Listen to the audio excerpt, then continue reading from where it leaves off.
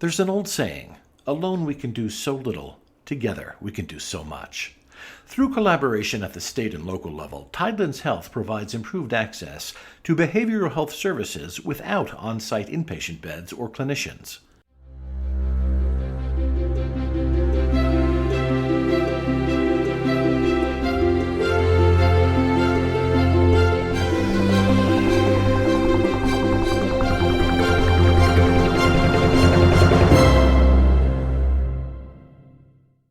Welcome to Advancing Health, a podcast brought to you by the American Hospital Association. I'm Tom Hetterly, senior writer for AHA. This three-part podcast series will feature staff members from Tidelands Health. They are Ashley Capps, Associate Vice President for Nursing Operations, Monica Gray, Associate Vice President for Transitional Care, and John LaRochelle, Vice President for Operations. In part one of this series, we'll explore Tidelands' collaborative work with local and state agencies to collectively improve access to behavioral health care, as well as employ preventive steps to reduce the overall need for services. This is Rebecca Chickey with the American Hospital Association, Director of Behavioral Health Services, and it's my honor today to be interviewing Monica Gray, AVP of Transitional Care at Tidelands Health in South Carolina. Her podcast is entitled No Behavioral Health Services on Site?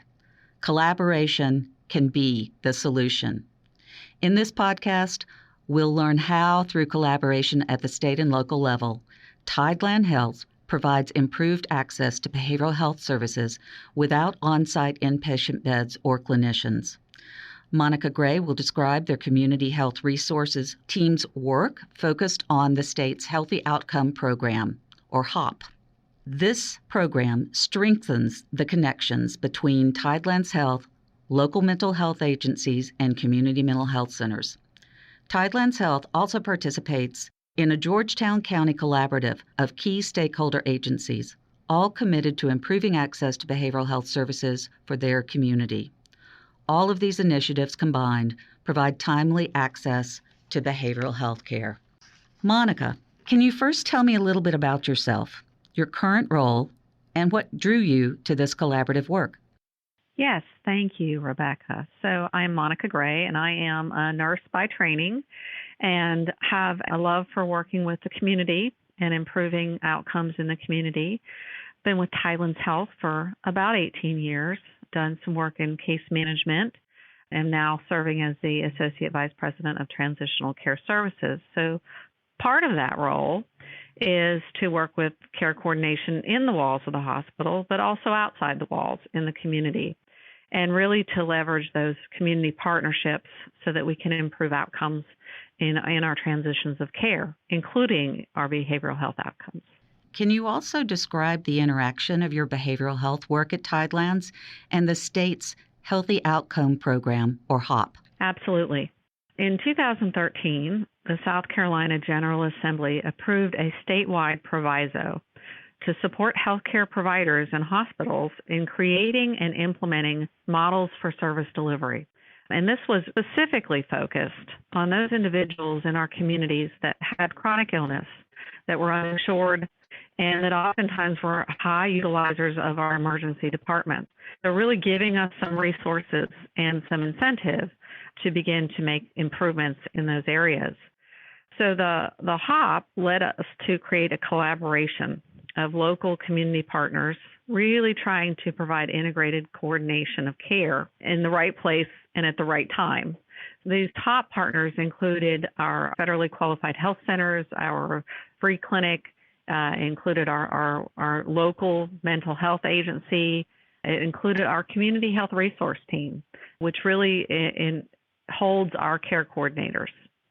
So these local HOP partners convened to really provide this integrated approach to engage participants or community members that were identified as having chronic health conditions and improving their outcomes. And when we did this, we recognized that a theme or a common comorbid condition included a behavioral health diagnosis, and that was really a gap that we could fill.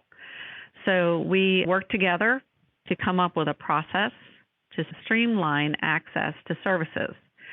oftentimes we have services available, but it's getting to them. So it's finding them, it's engaging the participant, making sure they can get there, but then it's that dreaded paperwork. So how do you process that paperwork quickly to get somebody in a timely manner? And so we were able to strategically make a decision as a partner group to use the funds that we had to begin those early appointments. So we can bridge the gap, if you will. We're able to fund that first visit, maybe the first 2 visits, while we can process the paperwork to get that participant access. Oftentimes the local mental health centers will offer a sliding scale service once that paperwork is processed. So we really want to remove the barriers. We want to do whatever we can to get them seen in a timely manner. So since 2014, we've been able to provide access for initial behavioral health services for more than 900 participants. That's more than 900 community members that we have helped to get that initial visit. And it doesn't stop there. So once we get them connected, we have to continue to work with them. So we have a care plan model that we work with to continue to engage that individual in their entire health care, because it's not just their behavioral health. It's looking at them as a total picture and really helping to bridge their understanding of their health. And also having a care plan is a requirement of the HOP program.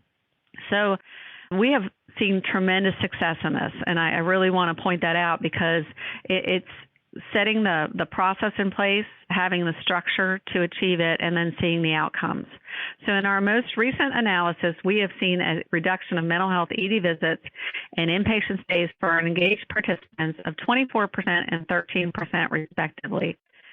In addition to creating this access for mental health services at our local Department of Mental Health, we have also partnered with the federally qualified health centers. So as we move forward, we are able to broaden that resource and have additional avenues to create that access, because there are many people in the community that could use these services, and as we continue to serve them, we need to be able to have multiple points of access. So I think that partnership is working well to create those opportunities.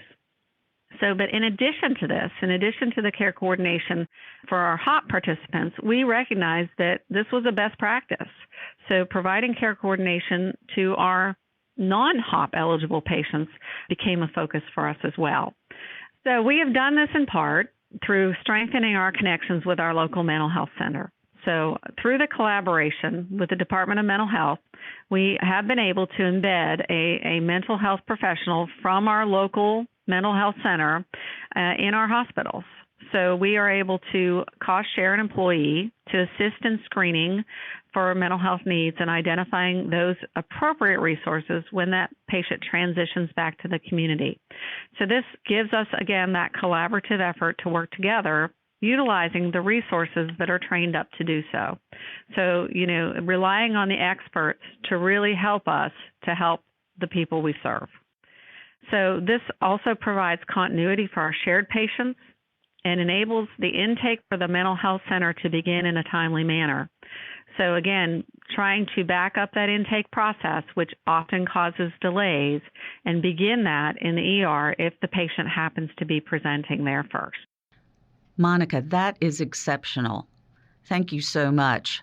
The work that you are doing through the HOP program is obviously impacting lives in such a positive fashion, and also intelligently using the resources that are available in your community. But I know that's not the only thing. As you've already described, this is a braided way to improving access to behavioral health care. You are working with a number of agencies. So can you share a bit about how Tidelands Health participates in the Georgetown County Behavioral Health Collaborative and what the group is doing to improve behavioral health access and care for the Georgetown County residents? So as you mentioned, we do have a Georgetown County Behavioral Health Collaborative. And this collaborative has been led by one of our local judges, probate Judge Lee Bone, and has been convening for approximately a year now. And the team meets every month. It's comprised of agencies and providers, including our local law enforcement. It includes our Drug and Alcohol Commission, our Department of Social Services, of course, the hospital, and many, many others. I don't want to leave any out, but we have really an invested community is how I would describe them. They're invested in the outcomes for our community and really trying to understand how we could make improvements together. So specifically, this group focuses on our behavioral health population and the services for them. This multi-agency collaborative really began by meeting and sharing what they had to offer. So what were they doing? Sharing with each of us so that we could better understand the services they had, where they were able to provide them, any barriers they might have in providing those services, and really just begin the journey of trust, opening the lines of communication, and in some cases have actually led into some other focus improvement efforts. I do want to mention that this team, this Behavioral Health Collaborative, and many, many others from our community participated in what we call a community health needs assessment. And so behavioral health is one of our priority focus areas for our community as identified on that community health needs assessment. And so this team has really begun the journey of what are those areas we need to do better in. And we know that part of it is understanding what is available in our community, helping others to understand what is available in our community.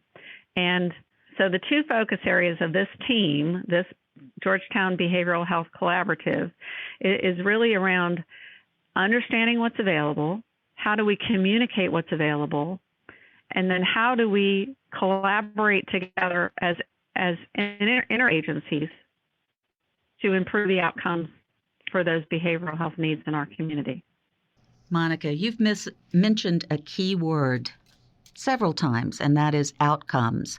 When you were referencing the HOP program, you talked about the positive impacts on reducing emergency room visits and inpatient stays. You mentioned in respect to the Georgetown County Collaborative that you are all working together to improve outcomes.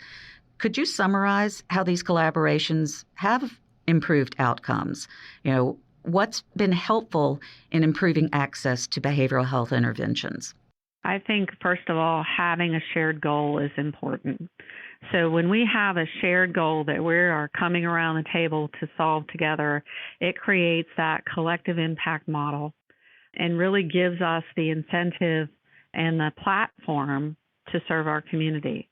So one of the keys to having that collective impact is to really have the relationships and opening those lines of communication, being able to pick up the phone and call the partner and say, hey, I have a need, and can you help me? Or knowing the right partner to pick up the phone and call. Really where we are at today is setting the stage of where do we see our future state being. So, we know what we have. We know that inventory of resources. We know that we want to be better able to provide behavioral health services in the future. So what are the gaps and how can we work together to fill those gaps?